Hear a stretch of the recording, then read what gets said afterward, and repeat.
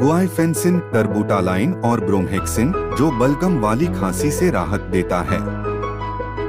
गुआइफेंसिन एक एक्सपेक्टोरेंट है जो बलगम कफ की चिपचिपाहट को कम करता है और श्वास नली से इसे बाहर निकालने में मदद करता है। टर्बुटालाइन ब्रोंकोडायलेटर होता है। यह वायुमार्गों में मांसपेशियों को आराम देकर और वायुमार्गों को विस्तृत करके काम करता है। ब्रोमहेक्सिन एक म्यूकोलिटिक है जो म्यूकस बलगम को पतला और ढीला बनाता है, जिससे खांसी में आराम मिलता है। साथ में वे सांस लेना आसान कर देते हैं। मिलता है। साथ में वे सांस लेना आसान कर देते हैं।